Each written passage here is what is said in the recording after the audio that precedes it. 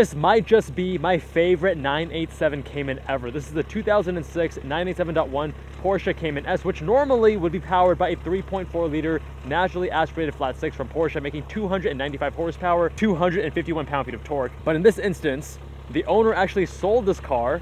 The new owner blew the engine within 6 months, and then the owner rebought it and actually built out the motor to 3.8 liters, and now it makes around 380 to 400 horsepower at the crank, and that cost him $22,000. The 987.1 Caymans weigh just under 3,000 pounds at 2,950. Like all Caymans, we have strut front and strut rear, and this was the last generation of Cayman with, of course, hydraulic steering. I guess the first and last generation with hydraulic steering. But with the Cayman S, you get an open diff in the rear. And keep in mind, with the 987.1, you have the IMS bearing and bore scoring issues, which of course is what led to WASI having to rebuild the engine. Market value for these is normally around $25,000 to $35,000. Now, going back to that 3.8 liter built motor, as always, you can find more details to any modifications down in the description of my videos. He has these Darton steel sleeves with Mahle motorsport forged pistons. He has the IMS solution from LN Engineering, as well as their deep sump oil pan with baffles. He also has a lightweight flywheel, Soul Performance exhaust and catless headers, GT3 throttle body with IPD plenum, Eibach adjustable sway bars both front and rear, and Coney Sport shocks with H&R Sport springs. Numeric racing short shifter with cables, and some additional supporting mods for the suspension that you can find, again, down in the description. But take a look at this green. Isn't this just gorgeous? This is a Porsche Racing Green Metallic, and I think with these Apex wheels, it just looks the piece. I absolutely love the green and gold combo. And these Apex Racing VS5 RS wheels are wrapped in Michelin PS4S rubber. We have a 265 section width in the rear and a 235 in the front. And gotta love the 3.8 right there to indicate the that built engine. The owner said that he was trying to make this more of like a GT4 treatment, more OEM plus.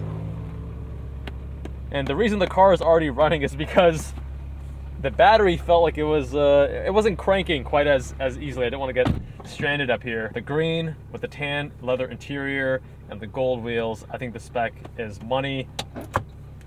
Even the shifter here with that tan that matches, I'm a fan. The Cayman interiors have always had a lot of circles and ovals from the beginning. Even the modern generation, you see that, the continuation of a lot of these features. And this does not want to stay put. That's okay. The car has 66,000 miles. It's 20 years old. And reasonable seating posture. And first impressions, wow, this steering is probably the best I have felt in any 987 generation. Talk to me. Talk to me. So much going on through the front end, both that mid-corner load up as well as the road texture. Slower steering ratio because that's kind of what you expect from the time period. But oh man, absolutely delicious. Even without sport mode, that light flywheel makes the throttle response feel so much more natural. Now with sport mode enabled, still actually feels pretty good. A lot of these older cars that had a sport mode, it would just get overly binary, like with BMW M3s as an example, the E46 generation. And the shifter too. Now I have driven multiple other 987 examples that had the numeric short shifter and cables, but of course the setup and the variations in each one can be quite substantial. And here, oh man, it actually feels really good. You don't have that ambiguity. And it's not the best shifter, but it's definitely a big step up from the stock Cayman. You still have a lot of that tilt, but it's definitely a shorter throw. Decent enough delineation as you go from neutral to each gate. A nice little heel toe rev match there. Good natural throttle response. I love that. Now let's give you a pull.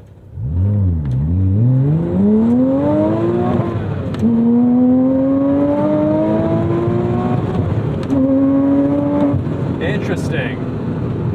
Right around the way that it pulls, even when you get to, like, as I'm shifting it at redline, it drops to, let's say, 5,200 RPM, and right at 52 to 5,500, it's actually kind of sluggish, and then after 55, it pulls a lot harder, but then you run out of room because now you hit the 7,200 RPM redline.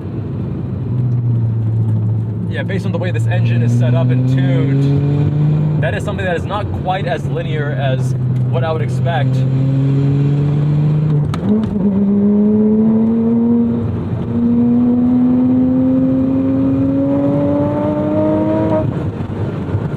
Yeah, even that mid-range is, 4,000 RPM.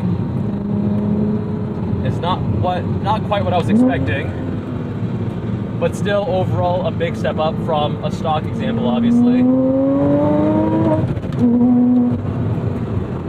Oh wow, the sound, the communication through the steering, it's also good. Now, the suspension itself is a bit budget, and honestly, you can feel it. You can definitely feel it because you get a lot of the harshness and not the best damping quality. Oh, I love this mid-engine balance, how it just is so willing to rotate with you. You don't have to even be that patient with the throttle. Some of the easiest cars to drive in these Caymans, straight from factory. And you add some mods, as Wasi has done here, to really accentuate that. Definitely a good OEM Plus build.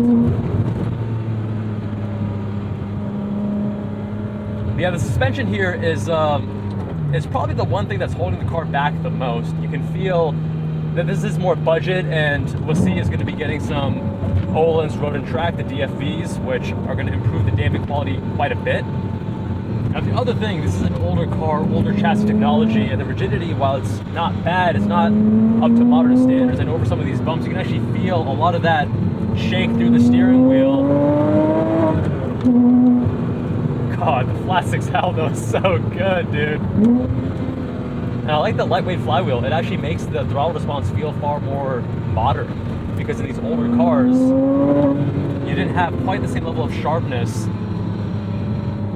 Had to flip things a bit harder on every heel toe, rev match.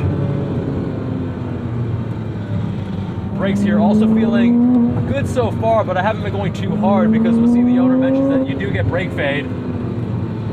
But right now we're having okay stopping power, no fall off yet. It does feel a little bit more, it's not an aggressive brake compound that he's running. It does feel a little bit soft at initiation, but once you get into it, you are able to control it pretty precisely. It's not an overly sensitive or stiff pedal. You have to remember, with older cars, the magnitude of each of the inputs is larger, right? So the slower steering ratio, you need to turn the wheel more. The shifter normally has much longer throws. This modernizes it quite a bit. But even the brake and throttle, same thing. What Wasi has done here, though, is really accentuate the best qualities of the 987.1 Cayman platform. And even without an LSD, you're not getting that throttle-induced rotation on the lower speed corners that is very fun, but you have this planted balance. And while a lot of 97s can feel a little bit overly serious, I think because the steering here and also the engine is so much more accentuated, more power, more sound, more communication through the wheel, I don't mind that lack of playful character. Let me give you another pull. Yeah, once you get past 5,500 RPM, then it really actually starts to pull.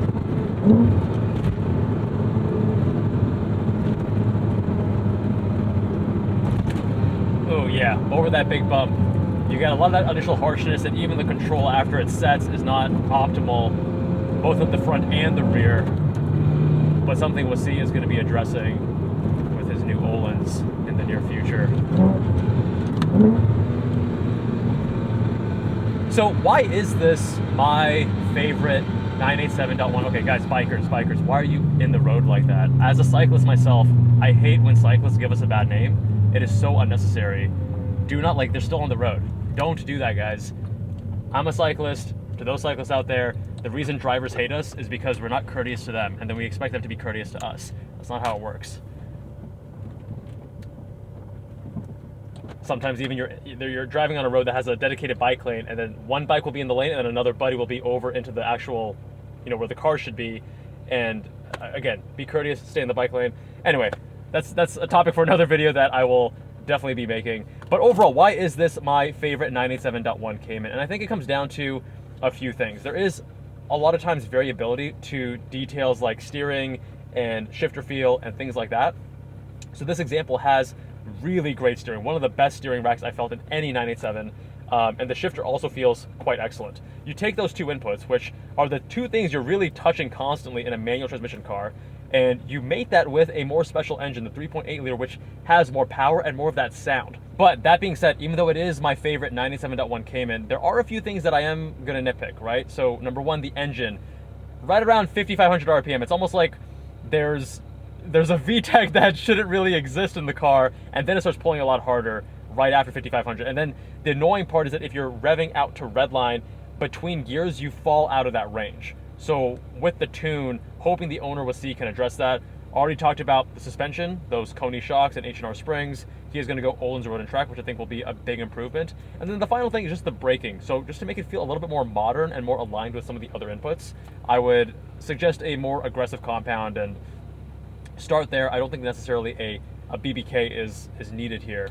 That being said, even with those limitations, I do still find this to be the most compelling 987 that I have ever driven on the channel. And I think as Wasi addresses those shortcomings, it's going to be an even larger gap. Really a great example. Kudos to Wasi for how he set up and modified this 987.1. And big thanks to him for the opportunity to review it. If you want your car reviewed, visit us on jabalandcars.com. Fill out the form on the homepage, and I'll be in touch. My friends, much love, and I'll see you all in that next one.